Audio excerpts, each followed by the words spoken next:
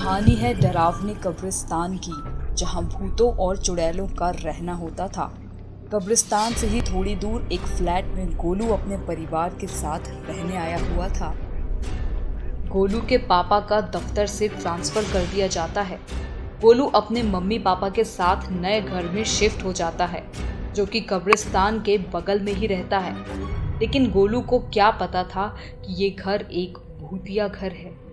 Mummy घर पहुंचते ही पापा से कहती है, घर तो बहुत बड़ा है, हम लोग यहाँ आराम से रह पाएंगे। गोलू अपनी मम्मी को चुपचाप देख रहा था। उसे यहाँ आना ठीक नहीं लग रहा था। पुराने वाले घर के पास गोलू के बहुत सारे दोस्त थे। रात होने लगती है। गोलू अपने मम्मी पापा के साथ सोया हुआ रहता है। अचानक से गोलू उठ जाता है। वो देखता है कि मम्मी उसके पास में ही सोई हुई थी, जो कि अब वहां नहीं थी। गोलू डर जाता है, चारों तरफ देखता है। वहां पे अजीब अजीब सी आवाजें आ रही होती हैं। तभी गोलू अपने पापा को जगाता है और बताता है कि मम्मी पास में ही सोई थी, जो अब यहाँ नहीं है। कहाँ गई? गोलू के पापा भी हैरान हो जाते हैं। वो चारों तरफ देखते हैं। फिर वो देखते हैं कि दरवाज़ा खुला हुआ है। वो लोग समझ जाते हैं कि मम्मी बाहर गई हुई है। तभी गोलू बिस्तर से उठकर गेट की तरफ बढ़ता है। बाहर निकल के देखता है तो पास में उसे कब्रिस्तान दिखता है और वहाँ से तरह तरह की आवाज़ें आती रहती हैं। गोलू डरा हुआ था। तभी पीछे से उसके पापा आते हैं। वो कहते हैं कि चलो, हम लोगों को कब्रिस्तान में जाकर देखना होगा। गोलू डरा हुआ है, सहमा हुआ है, लेकिन फिर भी वो अपने पापा के साथ पीछे पीछे चला जाता है। कब्रिस्तान पहुंचते ही गोलू देखता है कि वहां पे एक डरावनी सी चुड़ैल है, जो उसकी ओर आ रही है। गोलू और पापा डर जाते हैं। वो वहीं पे छिप जाते हैं। गोलू और उसके पापा छिपकर देखते हैं कि गोलू की मम्मी भी चुड़ैल की ओर आ रही है और चुड़ैल से कुछ बातें कर रही है। गोलू ये सब देखकर बहुत डर जाता है। उसके पापा गोलू को चुप रहने को कहते हैं और वहीं छिपे सब कुछ देखते रहते हैं। अब मम्मी वहां से घर की ओर जाने लगती है। चुड़ैल भी अपने कब्रिस्तान की ओर जाने लगती है। गोलू के साथ पापा भी मम्मी के पीछे पीछे जाने लगते हैं। तभी पीछे से चुड़ैल आ जाती है और पापा का गला दबाते हुए बोलती है, कौन हो तुम? पापा चिल्लाने लगते हैं। गोलू चुड़ैल को समझाते हुए बोलता है, हम दोनों को जाने दो, हम लोगों ने कुछ नहीं देखा, हम दोनों तो बस ऐसे ही घूमने आए थे इधर। इतना सब हो जाने पर भी गोलू की मम्मी धीरे धीरे अपने घर की ओर जा रही थी और वो पीछे मुड़कर भी नहीं देखती। तभी पापा कहते हैं कि मुझे छोड़ दो। गोलू इतने में ही उस चुड़ैल से कहता है कि वो औरत जो तुमसे मिलने आई थी वो मेरी माँ है, हम दोनों को जाने दो। ये सुनकर चुड़ैल पापा के गले से हाथ हटा देती है। चुड़ैल गोलू और उसके पापा को जाने को कहती है। साथ में ये भी कहती है कि कभी इस कब्रिस्तान में दोबारा लौटकर मत आना, और चुड़ैल भी वहां से जाने लगती है। गोलू के पापा और गोलू दोनों बहुत डर जाते हैं। दोनों डरे हुए अपने घर की ओर जाने लगते हैं। घर पहुंचते ही देखते हैं कि मम्मी बिस्तर पर सोई हुई थी। गोलू और उसके पापा ये देखकर एक दूसरे को देखने लगते हैं। तभी पापा गोलू को इशारे में कहते हैं कि माँ को उठाओ। गोलू आगे बढ़ता है। माँ अभी भी गहरी नींद में सो रही थी। गोलू अपने माँ को पास जाकर आवाज लगाता है। माँ उठ जाती है और हैरान होते हुए गोलू और पापा की ओर देखने लगती है। गोलू और पापा दोनों माँ से डरे हुए थे। माँ उठते ही गोलू से बहुत ही नॉर्मली पूछती है, क्या हुआ बेटा? जैसे कि कुछ हुआ ही नहीं था। गोलू माँ को सारी बातें बताने ही जा रहा था कि पापा गोलू की बात काटते हुए बोलते हैं, कुछ नहीं हुआ, ठंड लग रही थी तो इसीलिए ब्लैंकेट के बारे में पूछ रहा था।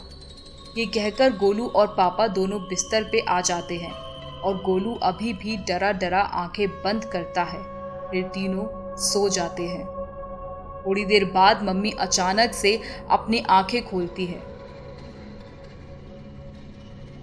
और फिर गोलू का गला दबाते हुए पूछती है, तुम लोग कब्रिस्तान क्यों गए थे? गोलू जाग जाता है और उसके पापा भी जाग जाते हैं। दोनों मम्मी के इस अवतार को देखकर डर जाते हैं और चिल्लाने लगते हैं। तभी गोलू मम्मी को पीछे धक्का देते हुए पापा की ओर भागता है।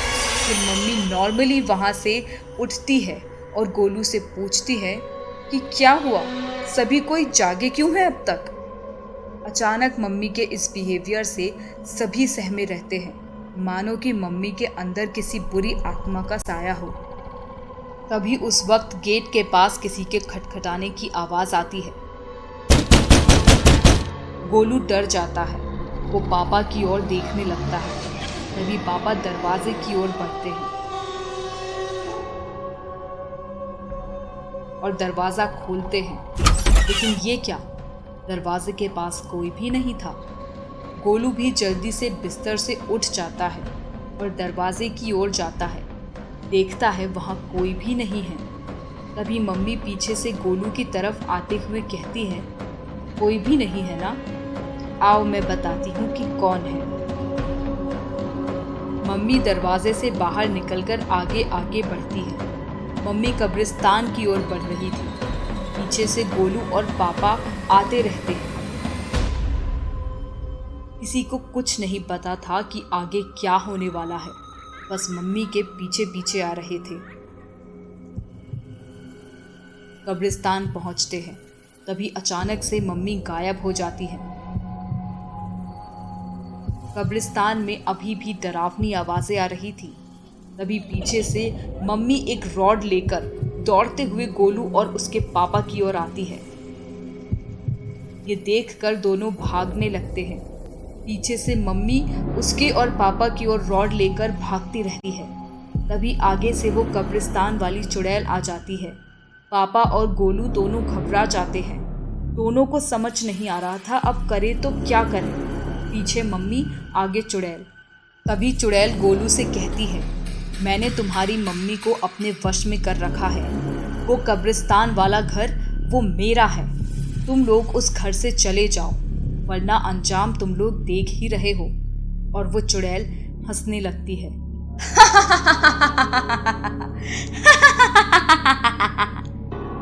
इतने में ही मम्मी पीछे से आती है और गोलू को पकड़कर ऊपर उठा देती है और कहती है, चले जाओ मेरे घर से, चले जाओ।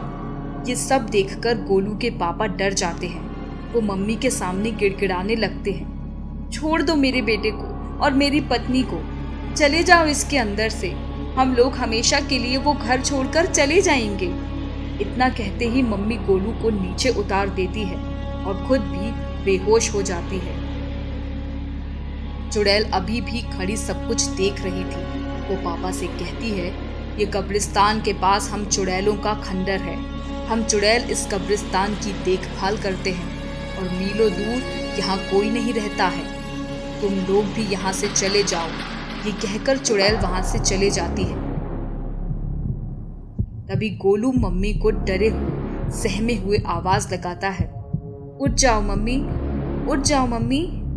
तभी मम्मी उठ जाती है और खुद को कब्रिस्तान में पाकर हैरान हो जाती है और गोलू के पापा से पूछती है, मैं यहाँ कैसे आई? पापा दोनों को साथ में ले जाते हुए कहते हैं, चलो साथ में, बहुत लंबी कहानी है, रास्ते में बताता हूँ।